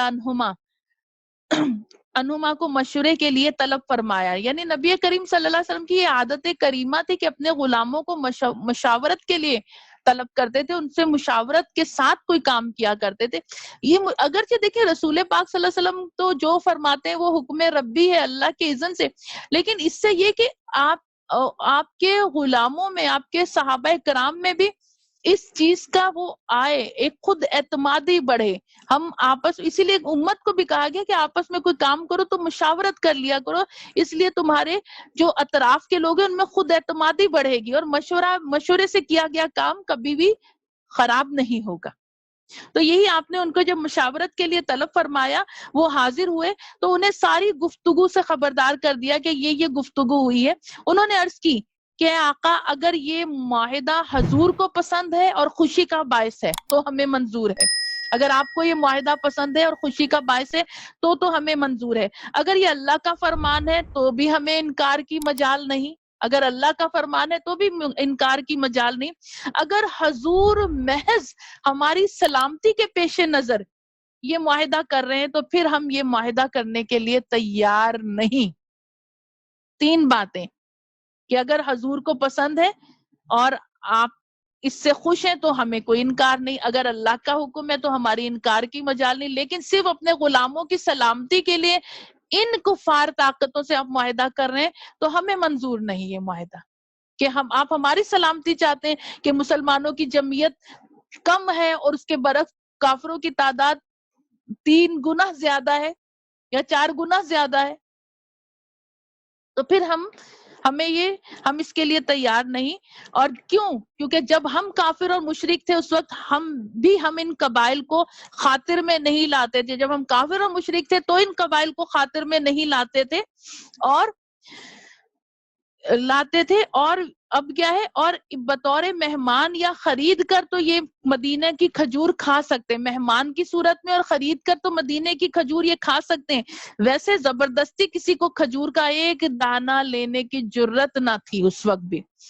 اور اب تو ہمیں اللہ نے عزت اور اسلام سے مشرف کر دیا ہے، اور ہماری غیرت ایمانی کب گوارا کر سکتی ہے کہ وہ یوں ہی ہماری کھجوروں میں حصے دار بن جائیں۔ رحمت عالم صلی اللہ علیہ وآلہ وسلم نے فرمایا، میں نے محض تمہاری سلامتی کے پیش نظر یہ بات چیت شروع کی ہے، اور یہ کیا ہے، اب بات چیت شروع کی، اس تاریک ماحول میں ان صبر آزما مشکلات میں غیرت و جرت کا یہ مظاہرہ دیکھ کر رسول کی خوشی کی انتہا نہ رہی کہ غلاموں کی یہ سوچ ہے کہ ہمیں ان سے ڈرنا نہیں، ہم تلوار نکال کے کھڑے ہو رہے ہیں، چاہے یہ تعداد میں کتنے بھی زیادہ ہیں تو ہم تلوار نکالیں گے۔ تو خوشی کی انتہا نہ لی، اور پھر آپ نے عرض کی کہ آپ نے فرمایا کہ ہمارے پاس انہیں دینے کے لیے صرف اور صرف تلوار ہے، اور یہاں تک کہ اللہ ہمارے درمیان اور ان کے درمیان فیصلہ فرما دے۔ جب اہل ایمان کے صبر و خلوص کا امتحان ہو چکا تو نصرت خداوندی آ گئی، اللہ کی مدد۔ اللہ پہلے اپنے بندوں کو آزماتا ہے کہ اس کے بندے اس کی طرف سے برا گمان تو نہیں کر رہے، کہیں یہ تو نہیں کہہ رہے کہ ان کے رب نے یہ کہاں لا کے چھوڑ دیا۔ ہم اپنی بات کر رہے ہیں کہ ہم کبھی کبھی دل میں بعض لوگ اللہ کے متعلق کچھ الٹا گمان شیطان ڈال دیتا ہے، دیکھو اللہ کی بندی ہو، اللہ کی عبادت کرتی ہو تو بھی تمہیں اتنی تکالیف آتی ہے، کہ تکالیف تو بندے کو اپنے رب کا قرب دلاتی ہیں۔ تو جب یہ امتحان ہو گیا غلاموں کی اور بندوں کی یہ سوچ، غلامان مصطفیٰ صلی اللہ علیہ وآلہ وسلم اور بندہ باری تعالیٰ اللہ کے بندوں کی یہ سوچ ہو گئی، صبر و خلوص کا امتحان ہو گیا، تو اب نصرت خداوندی رونما ہونے لگی۔ اور کیا ہوا کہ اب دشمنوں کی صفوں میں انتشار پیدا، یہ بھی ایک اللہ کی مدد کی ایک صورت تھی کہ دشمنوں کی صفوں میں انتشار کیسے پیدا ہوا۔ اگر میں تھوڑا سا اس کا ذکر بھی کر دوں، ہمارے پاس وقت تو ہے، ہم تھوڑا سا اس کا ذکر بھی کر لیں، کیونکہ یہ ذکر بھی دلچسپی سے نہیں ہے، اور یہ اس سے ہمیں یہ بھی پتا چلے گا کہ آگے دیکھیں حالات کیسے ہو رہے ہیں۔ ہم نہیں جانتے کہ مسلمانوں پہ اور ہمارے ملک پہ جنگ مسلط کی جا رہی ہے، تو ہم مسلمانوں کو جنگ کے اسلامی طریقے پتا ہونے چاہیے، کیا ہونے چاہیے۔ تو اس میں ایک غطفان قبیلے کا ایک نوجوان مشرف و اسلام ہو کر آیا، لیکن ابھی ان کے اسلام لانے کی کسی کو خبر نہیں تھی۔ وہ رسول کریم صلی اللہ علیہ وسلم کی بارگاہ میں حاضر ہوئے اور کہنے لگے، یا رسول اللہ صلی اللہ علیہ وسلم، میں ایمان لے آیا ہوں، آپ میرے ذمے کوئی کام لگائیں، میں اسلام کے کام آنا چاہتا ہوں۔ نبی کریم صلی اللہ علیہ وسلم نے فرمایا کہ تم تنہا تو کچھ نہیں کر سکتے، لیکن ہاں یہ ہے کہ تم یہ کر سکتے ہو کہ دشمنوں کے قبیلے میں جا کے، صفوں میں جا کے ان میں انتشار اور ان میں جاسوسی، یعنی دیکھیں جاسوسی بھی ہمارے یہاں بھی یہ سسٹم ہے، بعض حساس ادارے ہوتے ہیں اور جاسوسی کے معاملات اسی کے ذریعے دشمن کی نقل و حمل، یہ سب اسلام میں جائز ہے، جنگ کی حالت میں یہ سب جائز ہے، یہ یاد رکھیے گا۔ تو کہا کہ آپ جا کے اس میں یہ کر سکتے ہو کہ جاسوسی اور انتشار کیا کہ ایک دوسرے کی خبر لے کے ان کے آپس میں اس طرح کے معاملات، تو یہ گئے وہاں اور اس طرح قبائل کے آپس کے خیالات جان کر ان کو ایک دوسرے کے خیالات بتائے گئے اور ان میں کچھ مبالغے کے ساتھ کام دیا گیا، جس سے یہ سارے گروہ جو ایک ساتھ جڑ گئے تھے مسلمانوں کے خلاف جنگ کرنے کے لیے، انتشار، ایک دوسرے سے بدگمان ہونے لگے۔ یہ بھی نصرت خداوندی ہے کہ اللہ نے ایک اس طرح کی حکمت عملی تدبیر فراہم کری۔ اب جب یہ معاملہ ہوا اور یہ ساری چیزیں ہونے لگی اور ان لوگوں کا جو اسلام کے خلاف ان کا اتحاد تھا وہ پارا پارا ہونے لگا، اور ہر ایک یہی سمجھا کہ یہ معاملہ یہ تو ہمارا ساتھ چھوڑ جائے گا، وہ تو ہمارا ساتھ چھوڑ جائے گا۔ یہودیوں نے یہ کہا کہ یہ تو کافر لڑ کر چلے جائیں گے اور ہم یہیں کے یہیں رہ جائیں گے، مسئلہ ہمارے لیے ہوگا۔ انہوں نے ضمانت مانگی، کافروں نے ضمانت نہیں دی، وہ ایک طویل واقعہ ہے، تو اس کو ہم ایک اختصار کے ساتھ بیان کریں، ضمانت نہیں دی۔ تو اس سے یہ ہوا کہ ان کا اتحاد پارا پارا ہو گیا اور یہ بدگمان ہو گئے۔ اور یہ یاد رکھیے، آپس میں اتحاد بین المسلمین کبھی نہیں چھوڑنا، بدگمان یا بدگمانی کو اختیار نہیں کرنا۔ یہ بدگمانیاں ہی طاقتیں توڑتی ہیں، قبیلے توڑتی ہیں اور انتشار پھیلاتی ہیں۔ تو یہ کبھی بھی اختیار نہیں کرنا مسلمانوں کو آپس میں۔ تو یہ ہو گیا، اتحاد پارا پارا ہو گیا۔ اب تھوڑا سا جو راوی جو لکھتا ہے احادیث مبارکہ کی روشنی میں اس چیز کو سنیے۔ جاڑے کا موسم تھا، سردی زوروں کی پڑ رہی تھی، سمانے رست بھی آہستہ آہستہ ختم ہو رہا تھا، یہود کے ساتھ تعلقات بھی ٹوٹ چکے تھے، حوصلے اور ہمت بھی ٹوٹ چکی تھی۔ ایک رات کو سخت آندھی آئی، جیسا کہ ہم نے پہلے بھی ذکر کرا، ایک رات کو سخت آندھی آئی، ان کے خیموں کی تنابیں ٹوٹ گئیں، جو رسیاں بڑے بڑے کیلوں کے ساتھ باندھی تھی وہ ٹوٹ گئیں، ہانڈیاں الٹ گئیں، گھوڑے رسے تڑوا کر بھاگ نکلے، سارے لشکر میں خوف و ہراس پیدا ہو گیا کافروں کے، اور وہ یہ سمجھے کہ یہ تیز و تند آندھی انہیں تباہ کر کے رکھ دے گی۔ ابو سفیان جو ان کا سرغنہ تھا اس وقت، تو اس نے اپنے اونٹ پر سوار ہوا، کہا یارو میں تو جا رہا ہوں، تم بھی کوچ کرو، تم دیکھ نہیں رہے کہ کیا قیامت کے جھکڑ چل رہے ہیں، یہ آندھیاں جو ہیں کتنی قیامت کی چل رہی۔ ابو سفیان پر ایسی بدحواسی طاری ہوئی کہ اونٹ پر سوار ہونے سے پہلے اس کا رسہ کھولنا یاد نہ رہا، جب اسے ایڑ لگا کر اٹھنا چاہا تو پتا چلا کہ اس کا پاؤں رسی سے بندھا ہے۔ اس حال میں اس نے عقال کو، رسے کو تلوار سے کاٹا اور سر پر پاؤں رکھ کر وہاں سے بھاگ نکلا۔ قریش اور غطفان کے قبیلوں نے جب اپنے کمانڈر کو یوں بھاگتے دیکھا تو انہوں نے بھی بھاگ جانے میں عافیت سمجھی، اور حضرت حذیفہ نے ابو سفیان اور اس کے لشکر کے فرار کا حال آنکھوں دیکھا تھا۔ وہ آئے اور نبی کریم صلی اللہ علیہ وسلم کی بارگاہ میں یہ آنکھوں دیکھا حال بیان کیا تو رحمت عالم صلی اللہ علیہ وآلہ وسلم خوشی سے ہنس پڑے۔ نبی کریم صلی اللہ علیہ وسلم کم ہنسا، مسکراتے تھے، بہت زیادہ کھل کر ہنسنا یہ کم ہوتا تھا، بہت کم موقعوں پر، تو خوشی سے ہنس پڑے، یہاں تک کہ حضور نبی کریم صلی اللہ علیہ وسلم کے دندان مبارک کی سفیدی ظاہر ہو گئی، یعنی دندان مبارک نظر آنے لگے۔ تو مسلمان جب صبح بیدار ہوئے اور لشکر کفار کے پڑاؤ کی طرف دیکھا تو وہاں ٹوٹی ہوئی تنابیں، الٹی ہوئی ہانڈیاں، بجھی ہوئی آگ اور بکھرے ہوئے سامان کے سوا کوئی چیز نظر نہ آئی، اور کفر کی کالی گھٹا ناپید ہو چکی تھی، اور جو مدینے کا مطلع تھا صاف ہو گیا، اور سورج کی سنہری کرنیں مسرت اور کامیابی کی نوید سنا رہی تھیں۔ تو یہ معاملہ، یہ حالات ہیں جن کا اجمالی خاکہ بیان کیا گیا ہے، اور جو کہ آپ کو بتائے گئے ہیں کہ علامہ ابن کثیر رحمت اللہ علیہ فرماتے ہیں کہ اللہ تعالیٰ نے اگر رسول پاک صلی اللہ علیہ وآلہ وسلم کو رحمت للعالمین بنا کر نہ بھیجا ہوتا، یہ جملہ بڑا غور طلب ہے، میں چاہتی ہوں یہ اپنے بچوں کو اور اپنی نسلوں کو منتقل کیجیے گا، یہی ہمارا در حقیقت ایمان ہے۔ اور اسے کون لکھتے ہیں؟ علامہ ابن کثیر رحمت اللہ علیہ فرماتے ہیں کہ اللہ نے اگر اپنے نبی کریم صلی اللہ علیہ وآلہ وسلم کو رحمت للعالمین بنا کر نہ بھیجا ہوتا تو یہ جو آندھی لشکر کفار کے ہر سپاہی کو ہلاک کر دیتی، لیکن چونکہ رسول پاک صلی اللہ علیہ وسلم رحمت للعالمین ہے تو اس لیے کافر بچ گئے۔ آپ کا رحمت للعالمین ہونا یہ کافروں کی بھی بچت کا ذریعہ ہے۔ اور کون فرما رہا ہے؟ بڑی ہستی علامہ ابن کثیر فرما رہے ہیں۔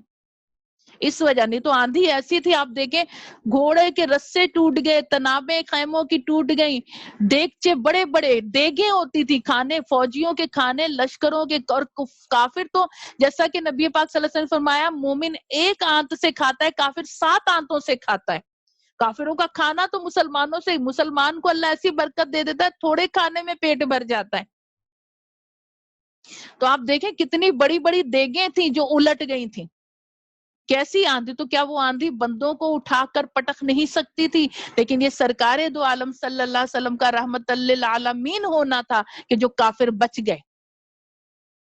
اللہ اللہ، جب کافروں کے لیے سرکار کا وجود مسعود اتنی برکت کا باعث ہے تو مسلمانوں کے لیے میرے آقا کریم صلی اللہ علیہ وسلم کا وجود مسعود کتنی برکتوں کا باعث ہوگا۔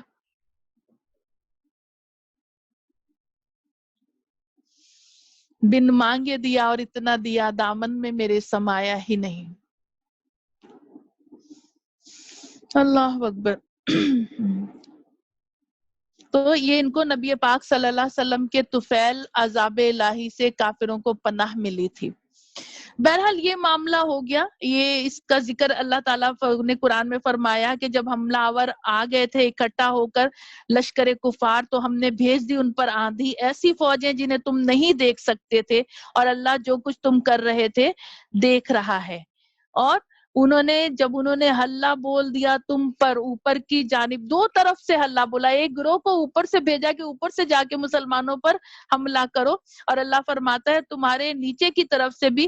اور جب مارے دہشت کی آنکھیں پتھرا گئی تھی اور کلیجے منہ کو آ رہے تھے، یعنی جب اچانک سے دو طرف سے حملہ ہو گیا اور اتنی فوج کے ساتھ، تو کہا جا رہا ہے، یعنی یہ وہ چیز کہی جا رہی ہے کہ آنکھیں جب ایک اچانک اس طرح کا کوئی حملہ ہو یا انسان پر کوئی ایسی وقت آئے، تو خوف سے آنکھیں یوں لگتا ہے پھٹ رہی ہیں یا باہر آ رہی ہیں، اور یوں لگتا ہے جیسے ایک حلق کا، یہ ہمارا نچلے حلق کا ایک حصہ ہوتا ہے، یہ یوں جب کبھی خوف کی کیفیت ہوتی ہے تو یوں لگتا ہے یوں اوپر کو آ رہا ہے، اور یوں ہم کیا محاورتاً کہتے ہیں جیسے دل اچھل کر حلق میں آ گیا.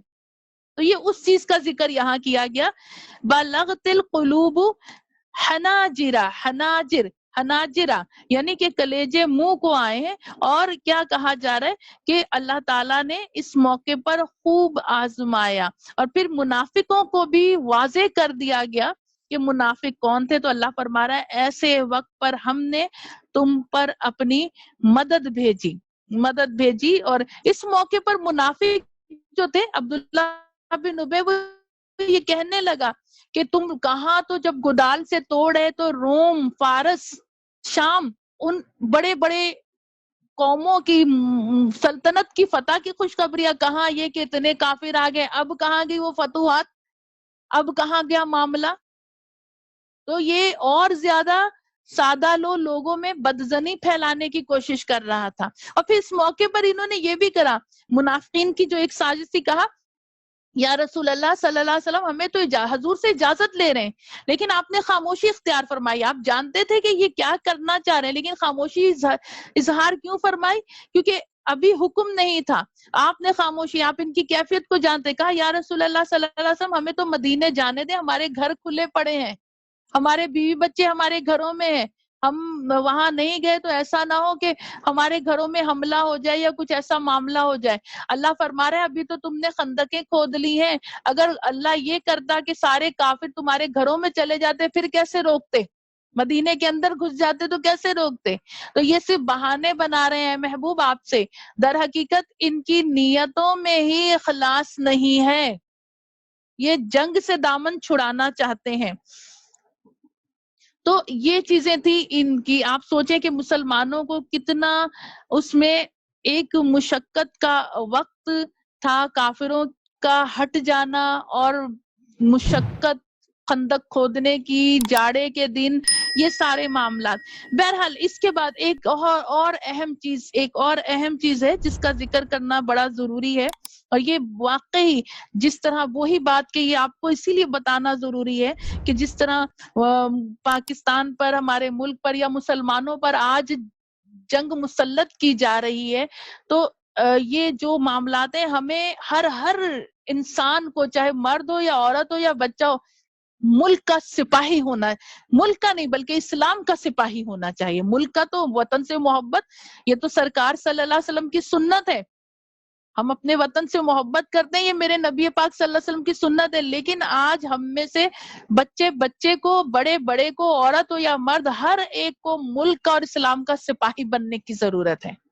اب یہاں یہ ہوا کہ ابھی دشمنوں نے یہ ساری چیزیں ختم ہو گئیں، اور سرکار دو عالم صلی اللہ علیہ وسلم اپنے گھر تشریف لے آئے، اور ابھی اسلحہ نہیں اتارا، بعضوں نے غسل نہیں کرا، کہ حضرت جبرائیل علیہ السلام تشریف لے آئے کہ یا رسول اللہ صلی اللہ علیہ وسلم، ہم کافروں کو فلاں مقام تک دوڑا کر آئے ہیں، لیکن آپ کا رب فرماتا ہے ابھی اسلحہ نہیں اتارنا، ابھی گھوڑوں کی پشت پر سوار ہوں، ابھی ایک مارکا اور ہونا ہے، گھوڑوں کی پشت پر سوار ہوں، ایک مارکا اور ہونا ہے، جو قبیلہ بنو نذیر ہے، اس کو یہاں سے نکالنا ہے. اس کے ساتھ جنگ کرنی ہے، یہ مارکا، کیونکہ یہ غدار ہیں، انہوں نے ایک مرتبہ دھوکہ دیا، یہ پھر دھوکہ دیں گے، لہٰذا یہودیوں کو یہاں سے نکالنا ہے۔ تو سرور کائنات صلی اللہ علیہ وسلم نے حضرت بلال کو کہا کہ جا کے اعلان کریں مدینے کی گلیوں میں۔ حضرت بلال رضی اللہ تعالیٰ عنہ نے جا کے اعلان کیا کہ رسول اللہ صلی اللہ علیہ وسلم فرماتے ہیں جنگ ابھی باقی ہے، اسلحہ اپنا نہ اتاریں اور واپس گھوڑوں کی پشتوں پر سوار ہو جائیں، ابھی یہودیوں کو مدینے سے نکالنا ہے، ان سے جنگ کرنی جنہوں نے غداری کی اور اسلام مسلمانوں کے دشمنوں کو مسلمانوں سے لڑانے کے لیے یکجا کرا، اکٹھا کرا۔ تو یہ جب یہ حکم یہ آیا تو سارے صحابہ کرام، بلکہ یوں کہیں جان نثارے مصطفیٰ صلی اللہ علیہ وآلہ وسلم، اللہ کے بندے، نفوس قدسیہ، سب لبیک کہتے ہوئے واپس آ گئے۔ آپ سوچیں کہ اتنے دنوں کی، 1 مہینہ یا 1.5 مہینے کا آپ وقت لگا لیں جنگی تیاریاں کرتے ہوئے بھی، 1 مہینے کا محاصرہ بھی، آپ سارا وہ ایک اندازہ کریں، اور پھر اس کے بعد پھر گھر آئے بندہ ایک آرام اور ایک سکون کی کیفیت میں، کہ اچانک حکم آ جائے نہیں ابھی اسلحہ نہیں اتارو، واپس نکلو، ابھی جنگ باقی ہے۔ جبرائیل علیہ السلام نے کیا کہا، یا رسول اللہ صلی اللہ علیہ وسلم ہم نے اپنا اسلحہ ابھی نہیں اتارا، ابھی مزید جنگ باقی ہے، تو آپ بھی نہ اتاریں اور مسلمانوں کو بھی کہیں نہ اتاریں۔ نبی کریم صلی اللہ علیہ وسلم نے اعلان کرا، سارے جانثار گھوڑوں کی پشتوں پر سوار ہو کے اب یہودیوں کے اس قبیلے کی طرف چلے گئے اور اس کا محاصرہ کرا جو مدینے میں تھے آباد، کیونکہ ان سے واپس اسی طرح کی وہ تھی سوچ کہ یہ پھر سے مسلمانوں پر حملہ کریں گے، یہ مسلمان کو پھر سے ستائیں گے جو آج مسلمانوں کے خلاف اس طرح کر سکتے ہیں۔ تو اب ان کے متعلق یہ ہوا، اور پھر کیا ہوا کہ جب ان کے پاس گئے تو اب انہوں نے یہودیوں نے یہ چاہا کہ ہمیں معاف کر دیا جائے، یا ہمیں کوئی وہ کر دیا جائے، چھوڑ دیا جائے، اس طرح کی شرط انہوں نے لگانے، اس طرح کی کوشش کی یہودیوں نے۔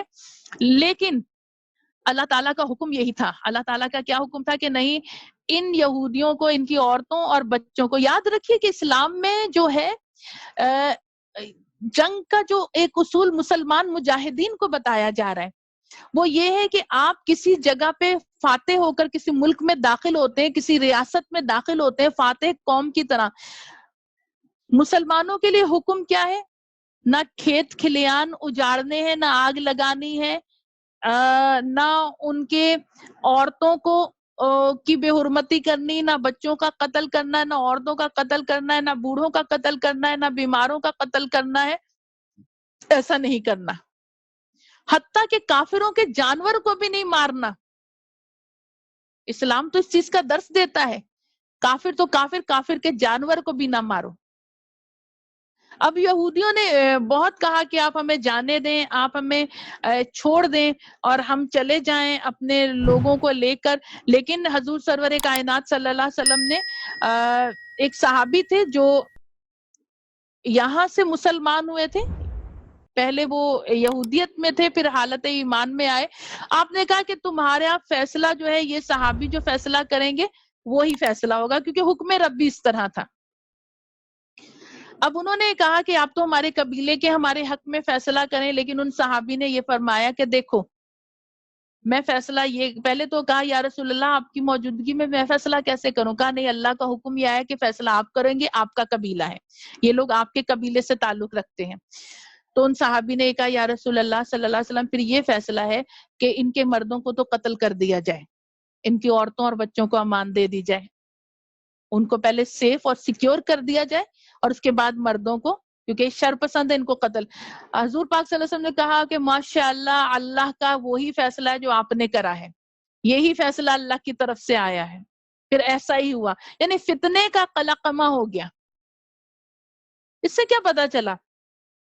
یہودی ہمیشہ مسلمانوں کے خلاف سازشیں کرتے رہیں گے، اور اللہ فرماتا ہے لیکن تمہارا رب ان کی سازشوں سے تمہیں مطلع کرتا رہے گا۔ ہم دیکھ رہے ہیں ایک سازش آتی ہے، اللہ ہمیں مطلع کر دیتا ہے، جیسے بھی ٹوٹے پھوٹے مسلمان ہیں اللہ ہمیں مطلع کر دیتا ہے، کیونکہ یہ اللہ کا وعدہ ہے اپنے مسلمان بندوں سے، اپنے بندوں سے اللہ کا وعدہ ہے کہ یہ سازشیں کرتے رہیں گے، ہر دور میں کریں گے تمہارے لیے سازش، لیکن تمہارا رب اپنی رحمت سے تمہیں مطلع کرتا رہے گا اور تمہیں آگاہی ہوتی رہے گی، اور ان کی سازشیں تمہارا کچھ نہیں بگاڑ سکیں گی۔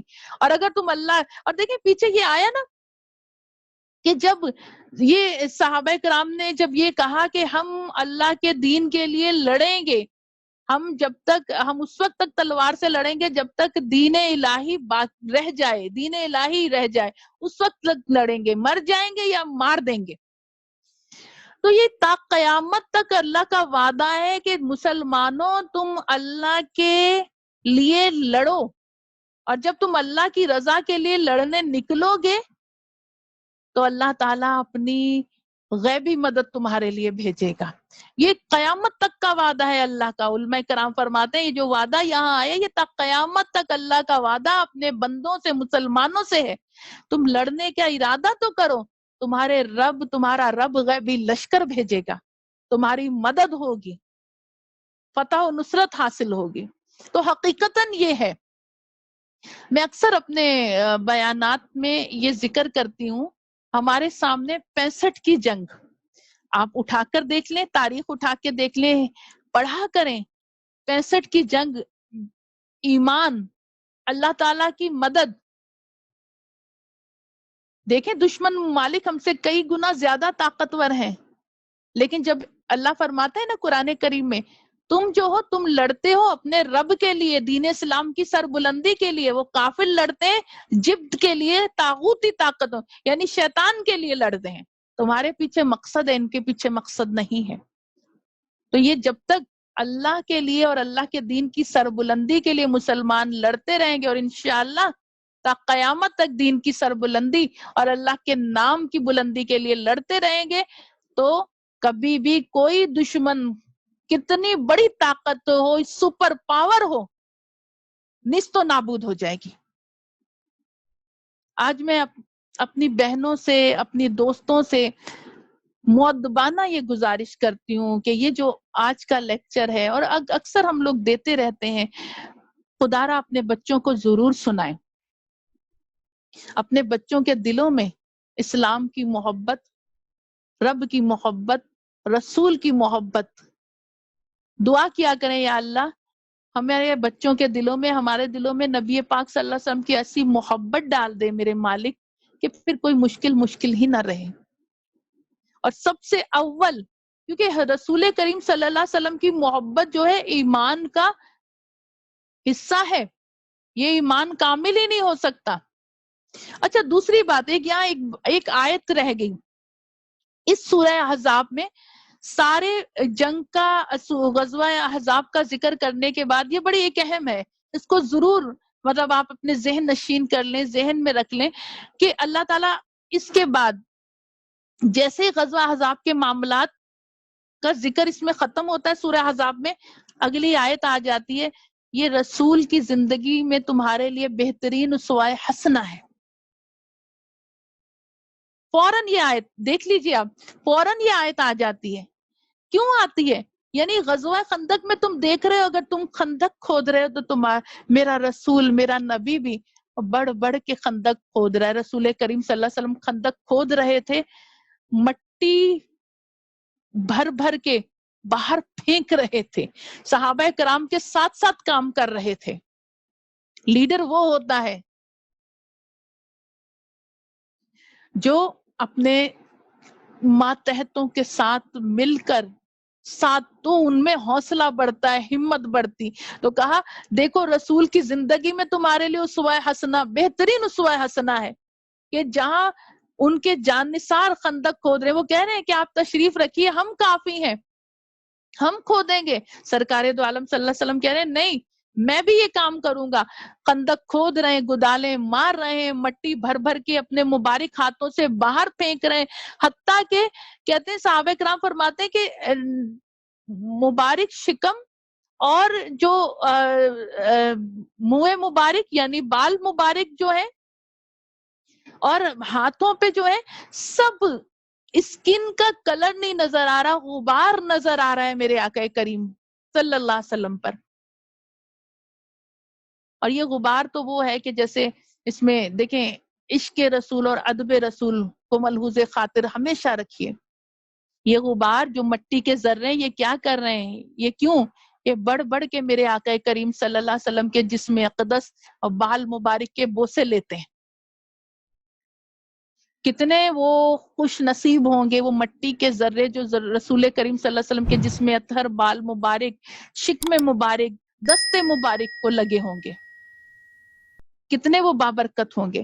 تو یہ بتایا کہ رسول کی زندگی تمہارے لیے فوراً اس واقعات کے بعد رسول کی زندگی میں تمہارے لیے اسوہ حسنہ ہے. دیکھو میرے رسول، تم نے ایک پتھر باندھا ہے، میرے نبی پاک صلی اللہ علیہ وسلم کے شکم مبارک پر 2 پتھر بندھے ہوئے ہیں. ایسا نہیں ہے کہ وہ ایسا نہیں کہ وہ یہ نہ ہو کہ معاملات کے آپ پیٹ بھر کے کھائیں اور دوسروں کا خیال نہیں، وہ اپنے غلاموں کا بھی خیال رکھتے ہیں. تو یہ اسوہ حسنہ کی آیت فوراً اس کے بعد آ جانا یہ اس چیز کو واضح کر رہا ہے کہ رسول کی زندگی دیکھو، تمہیں کہیں بھی کسی چیز میں تضاد نظر نہیں آئے گا. یہ ہوتا ہے ایک بہترین لیڈر، ان کا کردار. تو اس کے فوراً بعد یہ آیت کا ذکر اس لیے آیا ہے، ہمارے علماء کرام اور مفسرین کرام بیان فرماتے ہیں.